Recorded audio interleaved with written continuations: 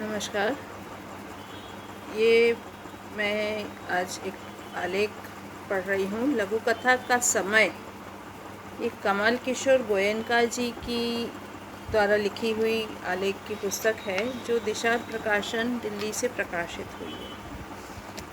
तो इनका एक आलेख है जिसका शीर्षक है लघु कथा की आवश्यकता और प्रासंगिकता।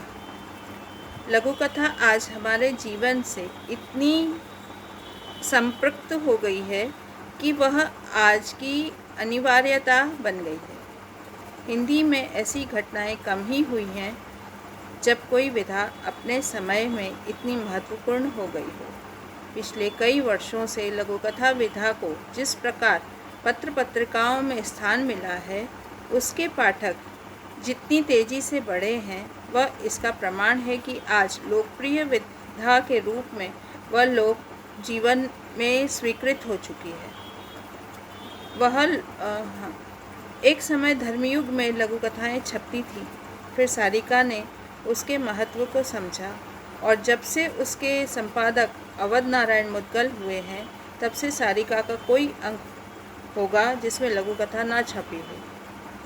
पिछले 10 वर्षों में अनेक प्रतिष्ठित तथा अप्रतिष्ठित पत्र पत्रिकाओं ने लघु कथा विशेषांक निकाले हैं तथा अखबारों के रविवारीय संस्करणों में भी लघु कथाएँ देने की परंपरा सी बन गई है।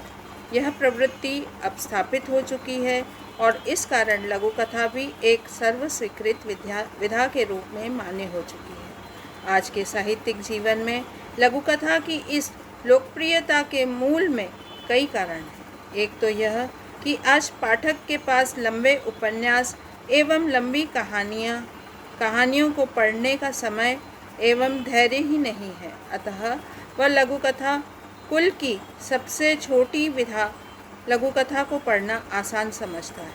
लघु कथा एक सांस में पढ़ी जा सकती है, अर्थात अधिक से अधिक 4 से 5 मिनट में। इतने लघु समय में वह एक लघु कथा पढ़ता है तो एक जीवन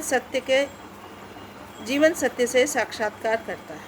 यद्यपि अखबारों में इसी प्रकार की घटनाएं भी छपती हैं, रिश्वत, हिंसा, बलात्कार, भेदभाव, तोड़फोड़, आतंक एवं रक्तपात आदि की घटनाएं यदि किसी दिन प्रकाशित न हुई हों तो आश्चर्य होता है। यह अखबारी घटनाएं अब संवेदना को जागृत नहीं करती, लेकिन जब ये लघु कथाओं के रूप में आती हैं तो ये लेखक की संवेदना का अंग बनकर आती हैं और इसलिए पाठक को भावविहीन करती हैं। पाठक आज इसलिए भी इन लघु कथाओं को पढ़ता है क्योंकि वह जीवन के क्रूर सत्य से संवेदनहीनता की स्थिति तक पहुंच गया है। दिल्ली में पिछले दिनों से कुछ हजारों झुग्गी झोपड़ियाँ जल रही हैं। पहली बार उसे पीड़ा हुई होगी, पर बाद में उसने इसे रोज़ होते देख तो उसके लिए वह रोज़ होने वाली घटना जैसा हो गया। मनुष्य की यही नियति है, निर्धनों को इसी प्रकार मरना और खपना है। उनकी कोई सुनने वाला नहीं है। आग बुझाने के लिए पानी तक की व्यवस्था नहीं है। यह नियति उसके जीवन का हिस्सा बन गई है और वह उसके प्रति उदासीन होकर जीता जाता है। जैसे पूस की रात में किसान खेत को चरने देता है, क्योंकि खेत को बचाने पर भी उसकी उपज उसके हाथ कहाँ लगनी है। किसान की अपनी खेत के प्रति ऐसी उदासीनता ही हमारे जीवन में भी छा गई है। अखबारों की खबरें हमें उत्तेजित नहीं करती, क्योंकि आज अखबार में जो छपा है वो रोज़ ही आता है। इसलिए भी पाठक चाहता है कि लघु कथा मात्र अखबार जैसी खबर न बन के रह जाए, उसमें लेखक की संवेदना भी हो, अर्थात लघु कथाकार जो भी लिखे उसे अंदर पकने दे, उथल पुथल होने दे और जब उसे प्रतीत हो कि अब लिखे बगैर रहा नहीं जा सकता, तभी लेखनी को उठाए। यह उदाम आवेग ही लघु कथा को जीवन प्रदान करता है और तभी वह अखबारी घटनाओं से भिन्न होकर पाठक को पूर्णतः भिगो देती है और जीवन के किसी जीवंत क्षण से उसको साक्षात्कार कराती है। लघु कथा आज की अनिवार्यता इसलिए भी है क्योंकि उसमें जीवन के रंग बिरंगे रंग हैं, बहुआयामी जीवन के चित्र हैं। मनुष्य एवं अन्य जीवों भावनाओं को पात्र बनाकर जीवन को अंकित करने की क्षमता रखती हैं तथा पाठक को जीवन से सीधे जोड़ती हैं। लघु कथा में लेखक का वैसा हस्तक्षेप नहीं है जैसा कि उपन्यास और कहानी में है, अतः इसमें लघु कथा और जीवन के बीच किसी और की भी सत्ता नहीं होती। यद्यपि ये सही है कि इस जीवन को पकड़ने तथा उसे कलात्मक रूप देने का कार्य लेखक का ही है, परंतु वह इस प्रकार अदृश्य रहता है कि उसे देखा नहीं जा सकता। प्रेमचंद जैसा कथाकार जो अपनी कथा रचनाओं में दृढ़ता से उपस्थित रहता है, जब राष्ट्र का सेवक शीर्षक लघु कथा लिखता है तो उसी दृढ़ता से अनुपस्थित भी रहता है। वास्तव में इस अर्थ में लघु कथा लेखक विहीन विधा है कि रचना में उसकी उपस्थित कला को खंडित करती है, उसे बोझल बनाती है तथा पाठक और रचना के बीच व्यवधान बनती है। लघु कथा की सिद्धि मुझे ये प्रतीत होती है कि वह एक संवेदना बिंदु को पाठक की संवेदना का बिंदु बना देती है, एक बिंदु में समाये जीवन को निरावृत करती है। उसे वह ध्यान ही नहीं रहता कि इस जीवन बिंदु को कोई लेखक उसके सम्मुख प्रस्तुत कर रहा है, बल्कि उसे प्रतीत होता है कि सब कुछ उसके सामने ही घटित हो रहा है। पाठक जब इस प्रकार की अनुभूतियों से गुजरता है तो उसे लघु कथा सर्वाधिक अपने निकट लगती है और वह उसे प्राथमिकता देने लगता है। लघु कथा हमारे वर्तमान जीवन का अंग बन गई है और इसलिए साहित्य में भी उसकी स्थिति अनिवार्य जैसी बन गई है।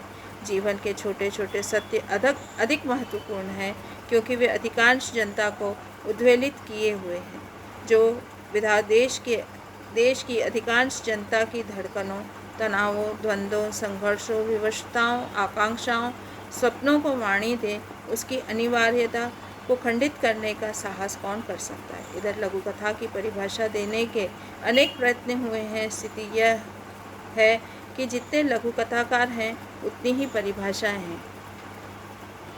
मेरे विचार में लेखक को शास्त्र के चक्कर में कम ही पड़ना चाहिए, उसे रचना करनी चाहिए। परिभाषा एवं तथ्य निरूपण उसका लक्ष्य नहीं है। मेरे विचार में लघु कथा की सर्वोत्तम परिभाषा यह हो सकती है कि लघु कथा जीवन की आलोचना अथवा व्याख्या है। प्रेमचंद ने साहित्य की परिभाषा देते हुए इस वाक्य का प्रयोग किया था। उनकी यह परिभाषा लघु कथा पर पूर्णतः ठीक बैठती है। लघु कथा की शब्द सीमा को लेकर भी खूब विवाद चला है। इसमें भी लघु कथाकारों ने विस्तार से अपने मत व्यक्त किए हैं और इस प्रश्न पर विवादों का बंडल बन गया है।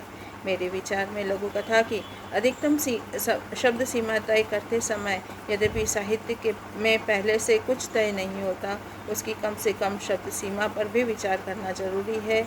यह कम से कम शब्द सीमा 200 से 300 शब्द की हो सकती है। इससे एक बड़ा लाभ ये होगा कि चुटकुले, मुहावरे, हास परिहास आदि लघु कथा की सीमा से निकल बाहर किए जाएंगे। स्थिति यह है कि लघु कथा के नाम पर सैकड़ों हजारों चुटकुले छप रहे हैं और लेखक स्वयं को लघु कथाकार मानते हुए यश प्राप्त करने का प्रयत्न करते हैं, परंतु साहित्य में मिलावट और नकली चमक नहीं चलती। लेखकों को यह समझ लेना चाहिए। मुझे मालूम नहीं आपने यह प्रश्न क्यों पूछा है। लघु कथा लेखन की प्रासंगिकता पर क्या कोई विवाद है या लघु कथा आउटडेटेड हो गई है, जैसे मार्क्सवाद और कम्युनिस्ट सरकारें एवं पार्टियां प्रासंगिक हो गई हैं। साहित्य में उपन्यास मर गया है, कहानी मर गई है जैसे नारेबाजी कभी कभी सुनाई पड़ती है, पर आज भी उपन्यास और कहानी जिंदा है। लघु कथा आज के युग की आवश्यकता है, अतः उसकी प्रासंगिकता भी उतनी ही आवश्यकता से बनी हुई है। आज मीडिया ने मुद्रित शब्दों का महत्व कम कर दिया है और जीवन की व्यस्तता, तनावों ने भी लंबी साहित्यिक रचनाओं का माहौल कम कर दिया है। ऐसी स्थिति में लघु कथा लेखन की प्रासंगिकता और भी बढ़ जाती है। लघु कथा एक सीमित आकार में अपने समय के सत्य को उद्घाटन करती है, जीवन की रंग बिरंगी छवियों संवेदनात्मक आकार देती है और पाठक को मानवीय संस्कारों को का स्पर्श देती है। लघु कथा अपने पाठक को मनुष्य के दुख दर्द, उसकी त्रासदी तथा उसकी शक्ति से परिचित कराती है और उसकी संवेदनशीलता को जागृत रखती है। आज का मनुष्य संवेदनशील बना रहे, अपने अतिरिक्त अपने आसपास तथा चारों ओर के मनुष्य समाज के दुख दर्द को भी अपना ही माने, ऐसी चेष्टा लघु कथा लेखन के मूल में निहित है। यह कार्य आज इतना प्रासंगिक एवं अनिवार्य है कि भावी समाज का अस्तित्व इसी पर टिका है। लघु कथा अपने छोटे छोटे सत्यों, छोटे छोटे महाभारतों से पाठकों का साक्षात्कार कराकर उनकी चेतना एवं उनके व्यक्तित्व को संस्कारित करती है। मेरे विचार से यही उसकी प्रासंगिकता है और यही उसकी कसौटी। धन्यवाद।